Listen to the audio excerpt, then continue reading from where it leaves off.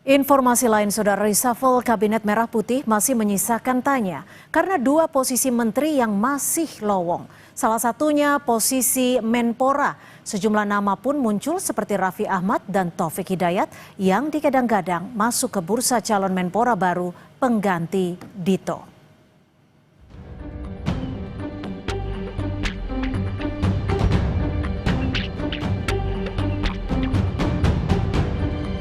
Hampir sepekan, nama pengganti Menpora Dito Aryo Tejo masih menjadi teka-teki. Sejumlah nama pun muncul yang digadang-gadang masuk ke bursa calon Menpora baru pengganti Dito. Salah satunya adalah Putri Komarudin yang merupakan kader Golkar. Soal peluang menteri, politisi Partai Golkar Ahmad Doli Kurnia menyatakan, Golkar tidak punya ekspektasi untuk mengisi Menpora karena partainya sudah diberi jatah 8 kursi menteri, termasuk Menteri P2MI yang baru diisi oleh Mukhtarudin. Ya, kalau kami berusaha memahami atau menyadari posisi kami saja. Karena selama ini kan Golkar itu diberi kesempatan, diberi kepercayaan ada 8 pos yang diisi oleh kader Partai Golkar ya. Nah, dengan masuknya Pak Mukhtarudin kemarin dilantik sebagai Menteri P2MI itu kan sudah pas persis 8 ya. Jadi kami sih tidak dalam posisi kemudian punya ekspektasi kemudian akan mendapatkan satu pos lagi gitu. Sementara itu, Sekretaris Fraksi Partai Gerindra DPR, Bambang Haryadi mengatakan, tidak ada bahasan soal Rahayu Saraswati menjadi Menpora pengganti Dito menyusul pengunduran dirinya dari anggota Dewan. Isu keponakan Presiden Prabowo itu masuk dalam kabinet hanyalah gosip. Bahwa sosial media itu benar-benar sangat terbuka dan susah. Isu apapun bisa dilakukan di sana. Kadang kita juga harus cermat juga dalam menanggapi isu sosial media itu. Di eksekutif itu kan bukan ranah kita. Kita di DPR hanya ranahnya sifatnya adalah 3 aja kan. Membahas undang-undang, anggaran, dan juga mengawasi pemerintah kan. Tuh. Jadi bukan tupoksi kami untuk ikut campur di dalam eksekutif yang merupakan hak prerogatif presiden. Nama Wakil Menpora, Taufik Hidayat, juga mencuat sebagai sosok yang dianggap ideal. Rekam jejaknya sebagai legenda bulu tangkis Indonesia membuat Taufik dinilai pantas menahkodai Kemenpora. Nama lain dari dunia olahraga yang masuk bursa adalah Moreno Suprapto. Selain dikenal sebagai pebalap, ia juga merupakan anggota DPR dari Partai Gerindra. Dari luar lingkar dunia olahraga, ada nama Raffi Ahmad yang juga masuk bursa Menpora. Raffi Ahmad yang saat ini menjabat sebagai utusan khusus Presiden bidang pembinaan generasi muda dan pekerja seni memang dikenal dekat dengan lingkaran istana dan Partai Gerindra, termasuk dengan Ketua Harian Gerindra Sufmi Dasko Ahmad. Lalu siapa yang akan menjadi Menpora? Presiden Prabowo pun masih enggan menjawab secara gamblang soal hal ini. Presiden hanya meminta publik menunggu soal kapan dan siapa yang akan mengisi kursi tersebut. Ya, nanti tunggu waktunya biar kalian ada semangat gitu loh. Apakah ini kita sekolah rakyat? Siapapun yang terpilih mengisi posisi menteri yang lowong tentu diharapkan memiliki kapasitas yang mumpuni agar perombakan kabinet semakin mengefektifkan kinerja pemerintah. Tim Liputan, Kompas TV. Lalu siapa yang akan menjadi Menpora pengganti Dito? Presiden Prabowo pun enggan menjawab secara gamblang soal ini. Presiden hanya meminta publik menunggu soal kapan dan siapa yang akan mengisi kursi tersebut. Kita akan bahas sore hari ini bersama dua narasumber. Sudah ada Pak Ridwan Hisam, politisi senior Partai Golkar yang hadir di studio, dan juga Mas Kunto Adiwibowo, analis komunikasi politik Unpad. Selamat petang. Mas Kunto, Pak Ridwan, terima kasih sudah bergabung bersama kami di Kompas Petang. Saya ke Pak Kunto terlebih dulu. Mas Kunto, ini kan lumayan lama ya, sejak 8 September 2025 lalu. Sebenarnya apa sih yang menjadi pertimbangan Presiden Prabowo? Kenapa nama-nama ini yang sudah mencuat belum juga diputuskan? Ya, mungkin Pak Prabowo punya banyak kriteria, Mbak, terutama untuk Menpora ini gitu.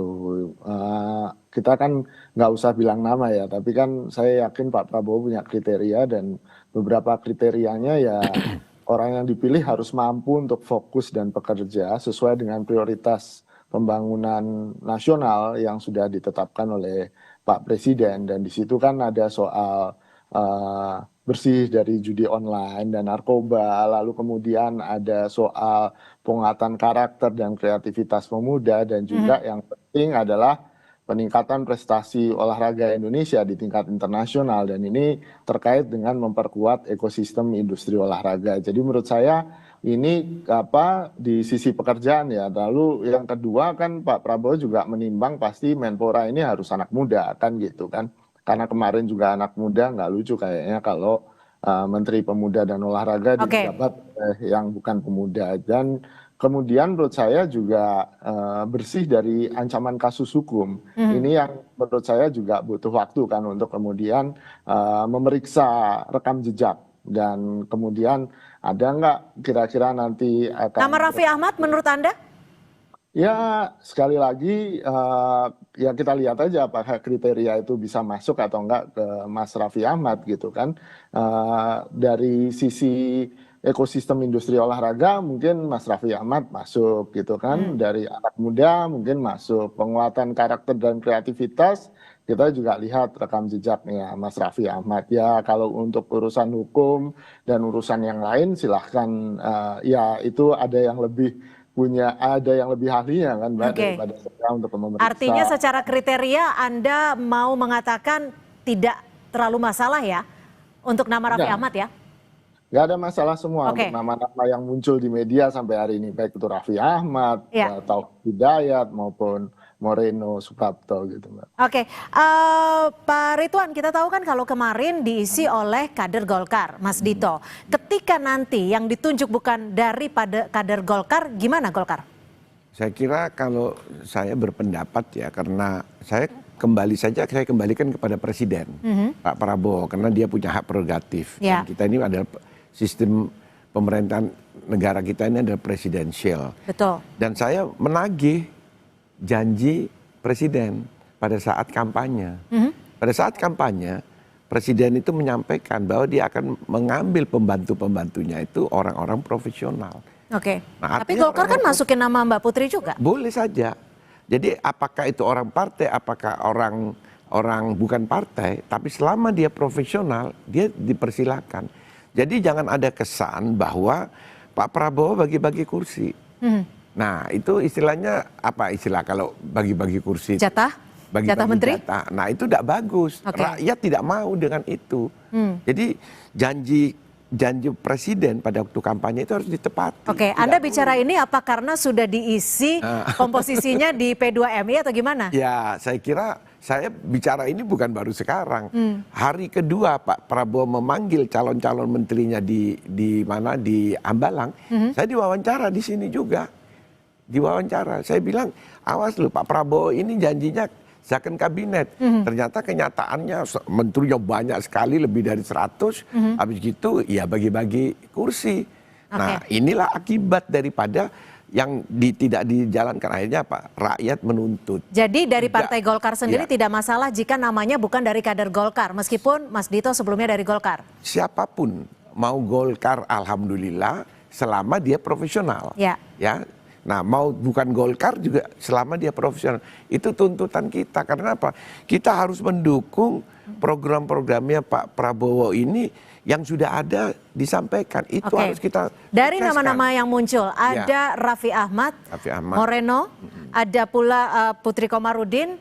3 itu ya yang kebetulan cukup non-partai. Ya. Putri sama Moreno partai. Tapi kan kalau Mas Raffi bukan. Ya kan, dari ketiga nama itu Golkar setujunya yang mana? Oh kalau saya pasti Putri. saya tidak berhak untuk menyampaikan, karena itu hak daripada ketua umum partai yang sudah memberikan rekomendasi. Nah saya kira ketua umum kan sudah memberikan rekomendasi kepada Pak Prabowo. Tapi rekomendasi itu tidak mutlak, karena itu hak prerogatif Presiden. Selama Presiden keluar dari 3 nama, silakan. Kalau kita mengacu pada undang-undang pemuda, pemuda itu ada batas waktu, ada batas umurnya. Oke, baik, kami tangkap. Saya ke Mas Kunto lagi. Mas Kunto, kalau kita membaca dinamika politiknya, ketika nanti Menpora yang baru bukan dari Partai Golkar, itu akan seperti apa? Apakah akan mempengaruhi koalisi dari pemerintahan ataupun Kabinet Merah Putih? Ya, sangat mungkin ada beberapa skenario kan, Mbak. Golkar sudah mendapatkan 8 menteri dengan kemarin menteri yang baru kan digantikan Abdul Qadir. Dan menurut saya ini sudah sesuai dengan mungkin janji politik Pak Prabowo di awal atau komitmen-komitmen politik Pak Prabowo dengan Golkar. Tapi yang kemudian juga harus kita lihat adalah ya bagaimana Pak Prabowo ini berpolitik kan istilahnya merangkul semua gitu kan, Mbak. Ingin mendapatkan tidak ingin ada gesekan di antara partai pendukung di kabinet dia gitu. Sehingga ini juga pasti akan jadi bahan pertimbangan. Apakah dengan menambahkan Golkar jadi problematis atau kalau Gerindra ini kan banyak nama dari Gerindra juga kan. Itu akan juga menambah problematis, apalagi wamennya udah dari Gerindra kan, Mas Taufik Hidayat yang juga digadang-gadang naik jadi Menpora gitu. Ini yang kemudian tentu butuh perhitungan politik gitu kan, apakah masih ada partai-partai lain yang mungkin berjuang untuk mendapatkan jatah menteri atau wakil menteri ini yang kemudian menurut saya itu urusan elit ya, bukan urusan tapi gini Mas Kunto, kalau kita bicara soal Kementerian Pemuda Olahraga ini kan memang dibutuhkan figur yang paham akan dunia olahraga, tapi juga dekat dengan generasi muda. Menurut Anda apakah lazim ketika itu akan dijabat oleh orang muda, wajib seperti itu atau bagaimana? Ya, saya pikir kan selama ini sudah ada kultur yang baik, ada budaya politik yang baik bahwa di Kemenpora adalah dari anak muda, walaupun beberapa kali bukan anak muda juga kan Mbak gitu. Cuma menurut saya ini yang harus dipertahankan, paling tidak untuk berbicara dengan anak muda, untuk memahami anak muda. Sosok anak muda adalah sosok yang tepat di kursi kementerian ini. Kalau kita bicara soal nama Raffi Ahmad nih Mas Kunto, menurut Anda konsekuensi positif dan konsekuensi negatifnya jika Raffi Ahmad dipilih seperti apa? Ya, konsekuensi positifnya dia adalah influencer besar, punya pengaruh besar di media sosial dan anak muda gitu kan, sehingga mungkin untuk mengkomunikasikan programnya, membuat anak muda untuk berpartisipasi dalam program-program pemerintahan di Kemenpora itu akan sangat mudah gitu.